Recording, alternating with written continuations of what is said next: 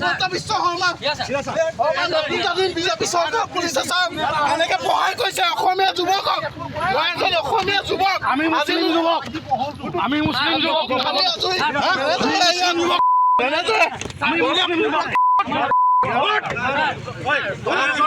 আমি মুছলিম যুৱক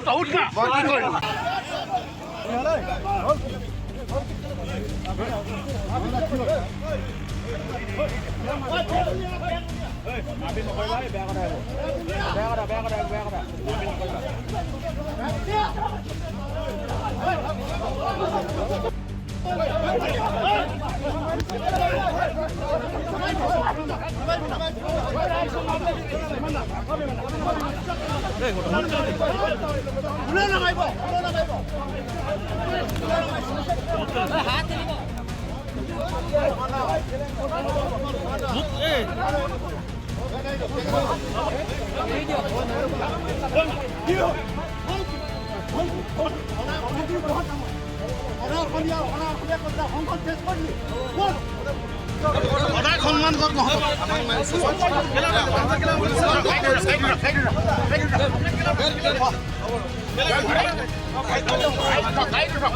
হিমন্ত বিশ্ব শৰ্মা বিজেপি চৰকাৰ পুলিচে চাওক এনেকে সহায় কৰিছে অসমীয়া যুৱকক। মই এজন অসমীয়া যুৱক, আমি মুছলিম যুৱক, আমি মুছলিম যুৱক,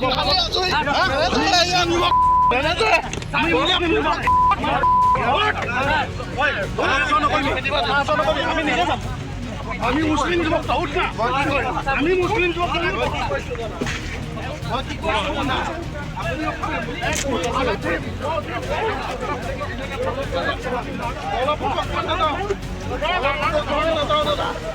ইয়াত গোলাঘাটত যিহেতু আমি পূৰ্ব সময়তো আমি কৈ আহিছোঁ যে অসমীয়া ভাষাটো ইয়াত প্ৰচলন হ'ব লাগিব, অসমীয়া মাতৃভাষাটো ইয়াত লিখা থাকিব লাগিব আৰু ওপৰত জয় এখন লিখা থাকিব লাগিব। তাৰ পাছত আমি একাংশ বহিয়া বনীয়া যি আমি গোষ্ঠী দেখিলোঁ, এখন লালচানী নামৰ এখন যিখন দোকান, সেই দোকানখনত আমি উপস্থিত হৈছিলোঁ। আমি কৈছিলোঁ যে আমাৰ ইয়াৰ স্থানীয় লোক কিমান আছে আৰু তেখেতসকলৰ এমপ্লয় কিমানকেইজন আছে। আমাক ক'লে যে 2জনকৈ এমপ্লয় আছে, তাৰ বাহিৰত কিন্তু 5জনকৈ কিন্তু অনা অসমীয়া আছে। এই ইউ পিৰ পৰা আনি পিনি তেখেতসকলে ইয়াত সংস্থাপন দিছে। আমি কৈ আছোঁ যে আমাৰ খিলঞ্জীয়া মানুহসকলক ইয়াত প্ৰভুত্ব ৰাখিব লাগিব, আমাৰ খিলঞ্জীয়া মানুহসকলক ইয়াত কিন্তু আমি সংস্থাপন দিব লাগিব। আমি বাৰম্বাৰ কৈ অহা অৱস্থাটো কিন্তু আজি গোলাঘাটৰ একাংশ অনা অসমীয়া কিন্তু ইয়াত মনা নাই। আজি আপোনালোকে চাওক, আমি যেতিয়া গৈছিলোঁ, আমি কৈছিলোঁ আমাৰ যিসকল আমাৰ সতীৰ্থ সংগঠন আছিল, আমি তাত যেতিয়া গৈছিলোঁ, আমাৰ 2জনকৈ ল'ৰাক আমাৰ সহায় কৰিছে। গতিয়াই ইয়াত কিন্তু আমাৰ গাড়ীৰ ভিতৰত পঠাই দিছে যে পুলিচ থানালৈ, যে গতিয়াই পিনি আমাৰ এজন সতীৰ্থক ঘোচা মাৰি কিন্তু আজিলৈকে নাকৰ পাৰলৈকে দাঁতলৈকে কিন্তু তেখেতসকলক তেজ উলিয়াই দিছে। আমি প্ৰশ্ন কৰিব বিচাৰিছোঁ যে গোলাঘাটত কিন্তু অনা অসমীয়া দত্তবিন চলিব নি? আমাৰ অসমীয়া দত্তবিন নচলিব নি? আমি বাৰম্বাৰ কৈ আহিছোঁ যে গোলাঘাটৰ অসমীয়া অস্তিত্ব থাকিব লাগিব, অসমীয়া ভাষাৰ অস্তিত্ব থাকিব লাগিব। তাৰ পাছতো কিন্তু অনা অসমীয়াক কিন্তু ৰক্ষণবেক্ষণ দিছে এই গোলাঘাট পুলিচ প্ৰশাসনে। কিন্তু আমি বাৰম্বাৰ কৈ অহাৰ পাছতো কিন্তু এই গোলাঘাটৰ লালচানী নামৰ এই দোকানখনে কিন্তু আৰু তেখেতৰ লগতে যিসকল বহিৰাগত যি অনা অসমীয়া আছে, তেখেতসকলক কিন্তু আজিলৈকে কিন্তু নাম ফলকবিলাকৰ অসমীয়া ভাষাত লিখা নাই। আমি কৈ আছোঁ যে 80% অসমীয়া ভাষা লিখিব লাগিব। আমি কৈ আছোঁ যে 80% আমাৰ মাতৃভাষা লিখিব লাগিব, ওপৰত জয় এখন লিখিব লাগিব। কিন্তু তাৰ স্বত্বটো কিন্তু আজিলৈকে কিন্তু তেখেতসকলে কিন্তু ইয়াৰ অসমীয়া ভাষাটো নিলিখিলে। কিন্তু আমি সেই কথা সুধিব যাওঁতে আমাক গৰিয়াই মাৰিছে। এতিয়া লালচানী যি স্বত্বাধিকাৰ নে আমি মেনেজাৰ আমি গম নাপাওঁ। আমি তেখেতক সুধিব লওঁতে তুম কিয়া কৰেগা, তেখেতে অসমীয়া নাজানে। আপোনালোক কিয়া কৰেগা, হাম নাই লিখেগা, তেনেকৈ কৈছে। তাৰমানে কি বুজালে যে ইয়াত তাৰমানে অসমীয়া অস্তিত্ব নাই, গোলাঘাটৰ অসমীয়া অস্তিত্ব নাই। সেইটো কাৰণে আমাক আমি যি সংগঠনবিলাক আমি বাৰম্বাৰ দাবী জনাই অহাৰ পাছতো আমাক কিন্তু অনা অসমীয়া আজি সহায় কৰিবলৈ আমাক সহায় কৰিছে। তাৰ উপৰি আমাৰ পুলিচ প্ৰশাসনে তেখেতসকলে ৰক্ষণাবেক্ষণ দিছে। আমি এইটোৱে গম পালোঁ যে হিমন্ত বিশ্ব শৰ্মাৰ নেতৃত্বত এইখন চৰকাৰ চলি আছে, যে অনা অসমীয়াক তেখেতসকলে ৰক্ষণাবেক্ষণ দিছে। আমি এইটো গম পালোঁ। আমি এইটো কৈ আছিলোঁ যে গোলাঘাটত সন্দেহজনক নাগৰিক ইয়াৰ পৰা ওলাই যাব লাগিব। আমি সেই কথাকে কৈ আছোঁ। আমি 9 দফীয়া ইয়াত আন্দোলন কাৰ্যসূচী লৈছিলোঁ যৌথ মঞ্চই, কিন্তু তাৰ উপৰিঞ্চিও কিন্তু তেখেতসকলে কিন্তু আমাৰ কাৰ্যকৰী কৰা নাছিলে।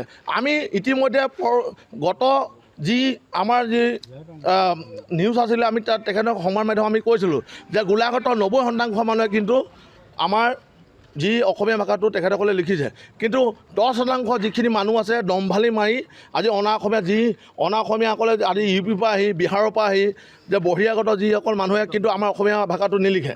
আজি আপোনালোকে চাই যে কলকাতা বিৰিয়ানী মানে কি বুজায়, ইংলিছত লিখা আছে কলকাতা বিৰিয়ানী। আৰক্ষীয়ে কেলৈ ধৰি নিলে আজি আপোনাক? আৰক্ষীয়ে আপোনালোকে চাওক, আৰক্ষীয়ে যিসকলে আমি তেখেতসকললৈ গৈছিলোঁ যে আমি তাত কৈছিলোঁ যে তেখেতসকলক কৈছোঁ যে অসমীয়া ভাষাটো আপোনালোকে প্ৰচলন কৰক, লিখক। আমি সময়সীমা বান্ধি দিছিলোঁ। আমি লালচানীলৈ তেখেতক আমি দেখা পালোঁ যে লালচানীখন আমাৰ বাৰম্বাৰ আমাৰ ল'ৰাই কৈ আছিলে যে তেখেতসকলে যে অসমীয়া ভাষাটো তেখেতসকলে লিখক। আমি বাৰম্বাৰ কৈ আছিলোঁ যে তেখেতসকলে অসমীয়া ভাষাটো লিখক। তেখেতে আমাৰ বাৰম্বাৰ কিন্তু এই কথাষাৰ মানি লোৱা নাছিলে। নোলোৱা কাৰণে সেইকাৰণে আমি গৈছিলোঁ যে আপোনালোকে অসমীয়া ভাষাটো ব্যৱহাৰ কৰক। আমাৰ যি মাতৃভাষা, আমাৰ ইয়াৰ পৰা ৰুটি খাই পিনি তেখেতসকলে ৰাজস্থানত ঘৰ বনাইছে, কিন্তু আমাৰ যিটো আই মাতৃভাষা সেই কথাষাৰ যদি তেখেতসকলে নিলিখে তেতিয়া অসমীয়া ক'ত? আজি আমাক চব গুৰলাউলকৈ হেৰি পুলিচ প্ৰশাসনে পিটিছে, গোলাঘাট পুলিচে। আৰক্ষীয়ে আমাৰ আটক কৰি আনি পিনি ইয়াত আটক কৰি পিনে অনাঅসমীয়া ৰক্ষণাবেক্ষণ দিছে।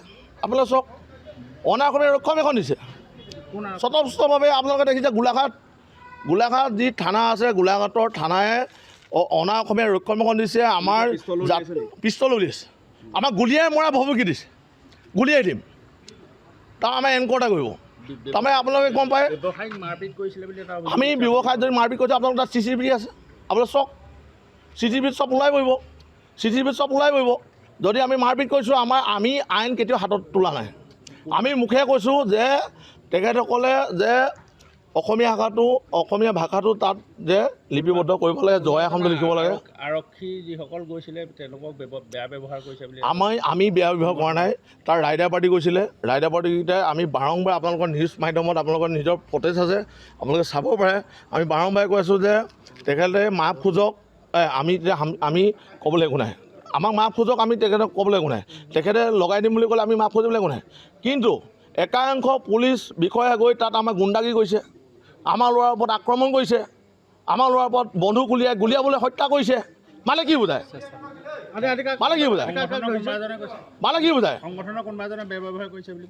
আমি নাজানো, কিন্তু আমাৰ প্ৰতিটো সংগঠন আছে ইয়াত, প্ৰতিটো সংগঠন উপস্থিত আছে, যৌথ মঞ্চ উপস্থিত আছে, গোলাঘাটৰ 21টা জনগোষ্ঠীয় সংগঠন ইয়াত উপস্থিত আছে।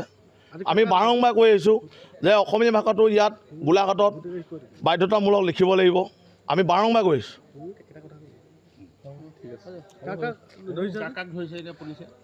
ছাত্ৰ মুক্তি সংগ্ৰাম সমিতিৰ যিগৰাকী কাৰ্যকৰী সভাপতি অৰিন্দম তামুলী আৰু আৰক্ষীক বেয়া ব্যৱহাৰ কৰিছে বুলি অভিযোগ। আৰক্ষী বেয়া ব্যৱহাৰ কৰিছে। আপোনালোকৰ হেৰিত আছে ফটেজ, যদি আপোনালোকে তাত চাই আপোনালোকে দেখা পাব। মানে কৰা নাই তেওঁ, আপোনালোকে চাওক বেয়া ব্যৱহাৰ কৰিছে নাই কৰা। আপুনি নিজৰ ভিডিঅ'ত আপোনালোকে চাব, আপোনালোকে ভিডিঅ' কৰি আছে, আপোনালোকে গম পাব। আচলতে আপোনালোক সকলোৱে জানে যে আমি গোলাঘাটত প্ৰায় জাতীয় জনগোষ্ঠী সংগঠনখিনি একত্ৰিতভাৱে গোলাঘাটত এটা কথা আহ্বান জনাইছিলোঁ যে গোলাঘাটত যিবিলাক ব্যৱসায় প্ৰতিষ্ঠান আছে সকলোতে অসমীয়া ভাষা তেওঁলোকে লিপিবদ্ধ কৰিব লাগিব আৰু জয় আই অসমটো ওপৰত লিখা বাধ্যতামূলক কৰিব লাগিব। আৰু তাক লৈ আমাৰ দুগৰাকী সংগ্ৰামী সতীৰ্থই আজিৰ তাৰিখত এখন অনা অসমীয়াৰ দোকানত গৈ তেওঁলোকে যাওঁতে তেওঁলোকৰ ওপৰত অন্যান্য বিভিন্ন ধৰণৰ তেওঁলোকৰ ওপৰত মানে কিবাকিবি অযথা কিছুমান বাৰ্ডেন দি পেলাই তেওঁলোকক আজিৰ তাৰিখত এটা পৰিৱেশ সৃষ্টি কৰিলে অনা অসমীয়া ব্যক্তিকেইজনে। আচলতে এইটো দুৰ্ভাগ্যজনক বিষয় আৰু আমাক যথেষ্টখিনি প্ৰশাসনে সহায় কৰিছে আৰু এই প্ৰশাসনক আমি ধন্যবাদ জনাইছোঁ। আৰু আমি ব্যৱসায়ীজনক এটা কথা স্পষ্টভাৱে জনাইছোঁ যে গোলাঘাটত যদি ব্যৱসায় কৰিবলগীয়া হয়, অনাগত দিনত কিন্তু অসমীয়া ভাষাত আপোনালোকে প্ৰাধান্য দিব লাগিব আৰু অনা অসমীয়াৰ যিটো দাদাগিৰি এইটো কোনো কাৰণতে চলিব নোৱাৰিব। আৰু গোলাঘাটত অসমীয়া প্ৰভুত্ব চিৰদিন চিৰকাল অনন্তকালৰ কাৰণে অসমীয়া আৰু খিলঞ্জীয়া মানুহৰ প্ৰভুত্ব থাকিব লাগিব। এই কথা কিন্তু আমি আজিৰ তাৰিখত তেওঁলোকক আমি আচলতে সকীয়াই দিছোঁ। কোন জেগাত হৈছিলে ঘটনাটো, কোনে কোনে গৈছিলে? আচলতে গোলাঘাটৰ লাচানী বুলি এখন দোকানত আমাৰ দুজন সতীৰ্থই গৈ পেলাই তেওঁলোকৰ এই দোকানখনত যি নাম ফলক তেওঁ অসমীয়াত লিখিব কোৱাৰ অৱস্থাত কিছুমান অপ্ৰীতিকৰ পৰিস্থিতিৰ সৃষ্টি হ'ল। ইতিমধ্যে ভুল বুজাবুজিবশতঃ আৰু তাত থকা কিছুমান ব্যক্তিয়ে একাংশ ব্যক্তিয়ে এটা অৰাজকতা পৰিৱেশ সৃষ্টি কৰিলে। তৎকালীনভাৱে গোলাঘাট প্ৰশাসন তাত উপস্থিত হৈ তেওঁলোকে গোটেই পৰিৱেশ নিয়ন্ত্ৰণ কৰি পেলাই ইতিমধ্যে আমাৰ দুইগৰাকী সতীৰ্থক বৰ্তমান মুহূৰ্তত তেওঁলোকক এতিয়া প্ৰশাসনে আনি তেওঁলোকক এতিয়া মুকলি কৰি দিছে।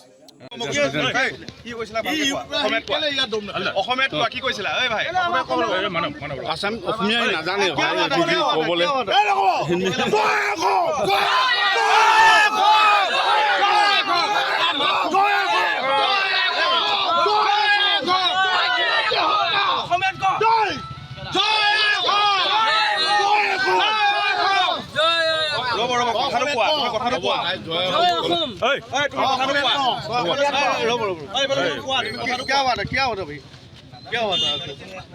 वो बैनर को लेकर के बोल रहे थे, बैनर आसामीज में कराने के लिए।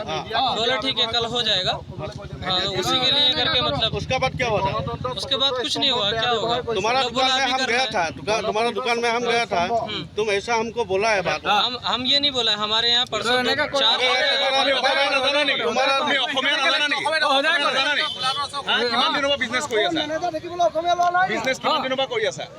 डेढ़ साल हो गया। समझ लेता हूँ ना, बोल नहीं पाता।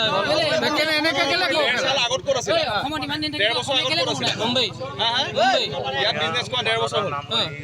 মানুহখিনি অসমীয়া মানুহ কিমান আছে তোমাৰ দোকানত? দুটা টোটেল ষ্টাফ কিমান? পাঁচটা সঁচাকে কোৱা। পাঁচটা বেলেগৰ মোৰ ইয়াত হেৰি আছে ৰেকৰ্ডিং আছে। আচ্ছা তাৰপিছত কি হ'ল? ঘটনাটো কি হ'ল? বেলেগ পাঁচটা, দুটা আসামিজ, টোটাল সাতটা। দুজন আছামিজ আছে।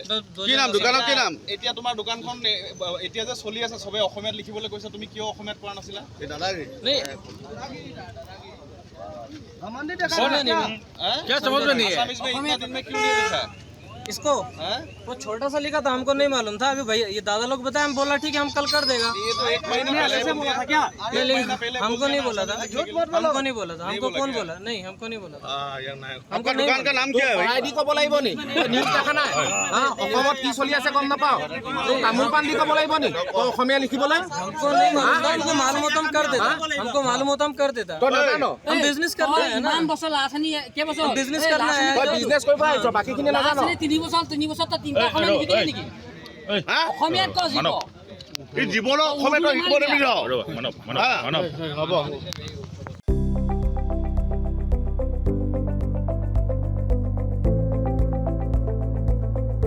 NB নিউজ, সহজ সৰল ভাষাত নৱভাৰতৰ কথা।